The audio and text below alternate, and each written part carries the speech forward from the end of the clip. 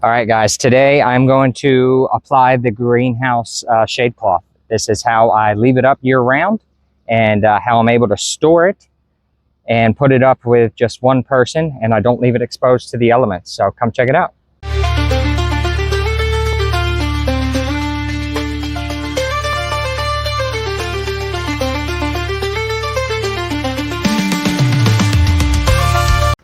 Okay, so normally people place their shade cloths on the outside of the structure.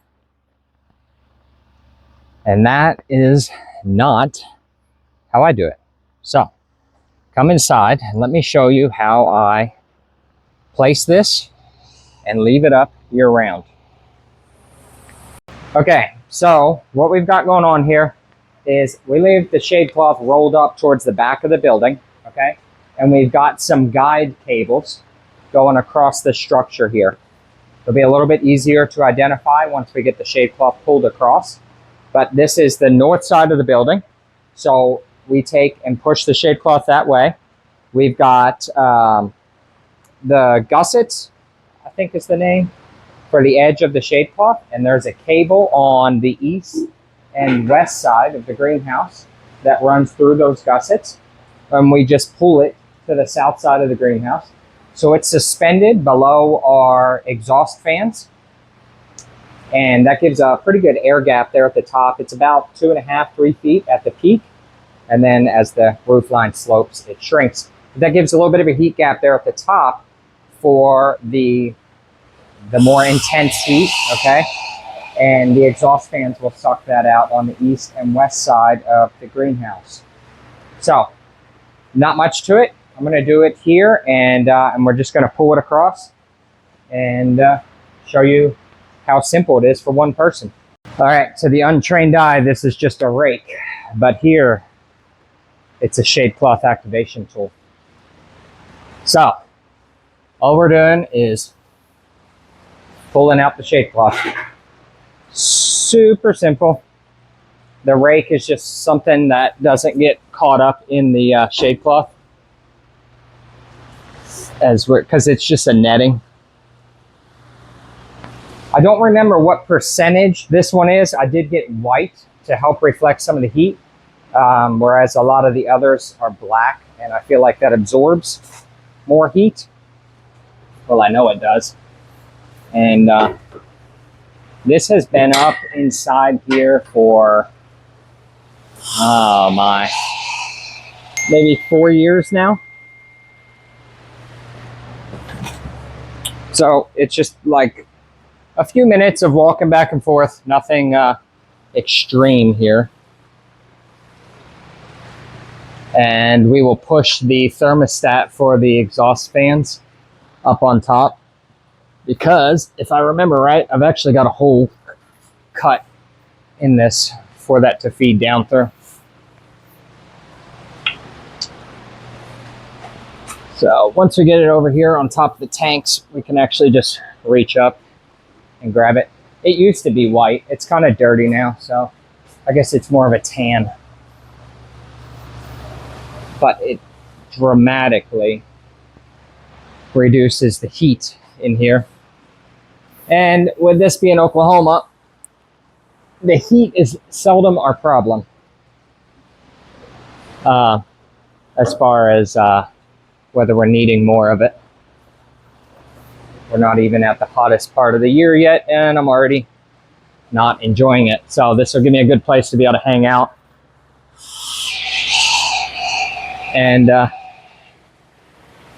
kind of be able to still be outside and with my plants and not dying of a heat stroke.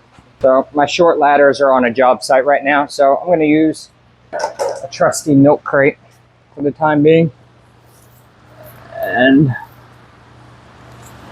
this will allow my thermostat to come down, which I use for the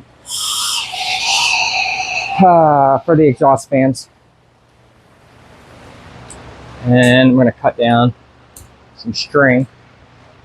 And I'm not worried about this being like super taut across here, because we don't get any wind inside the greenhouse, right? So this is really just to, let's turn you some. You can see what I'm doing. We got some slack over here on this south side, but because of how I'm using this and the fact that there's no wind in here, no big deal, right? So I've got a spot here that I will fit this around the stovepipe as I maneuver everything else around.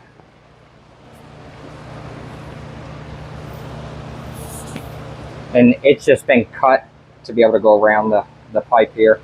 Nothing, you know, overly fancy. I'm gonna just tie a little knot here.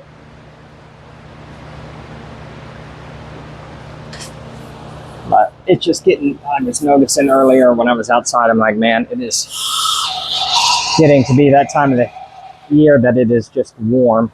And I'm not a huge fan of the heat. So it's time for me to have a spot where I could go without going in the house or in the office or in the walk-in like I do sometimes and be able to get out of the heat. So I've got that tied off around the stovepipe. Use the rake now and push back over the last little bit, but not, maybe I said that. Might have to get up there and pull it by hand. The cool thing about the IBC totes is they're sturdy enough I can walk on them. And I guess if I do fall in the fish tank, then you all will get to see that.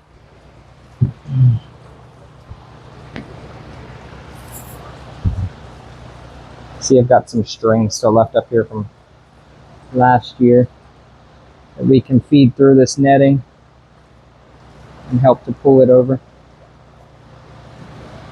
And it's, I wouldn't say it's overkill, but it's not necessary to have it pulled all the way across if you don't want to. But it's certainly not going to hurt anything.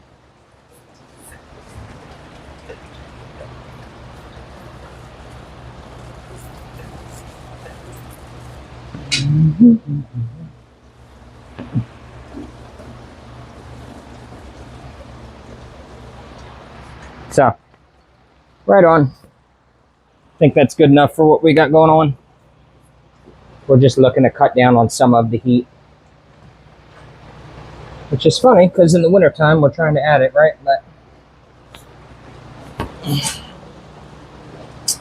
anyways, trying to get rid of the heat in here is generally more of the challenge than trying to get rid of cool air, which is what makes the greenhouse only really usable for so many months out of the year, unless you add a shade cloth. So I probably should have looked to see what our temperature was before, but right now it's showing 90 degrees in here. And all right, there you have it. I'll leave you with that instead of me just going on a rant. But that's how I install the shade cloth. At the end of the year, all I'm going to do is release that knot and the other one around the stovepipe, push it all the way back to the north, and I'm going to leave it until next year when I need it. So, but it's done, and instead of it being out in the sun, getting all the UV damage, the polycarbonate helps diffuse some of the UV.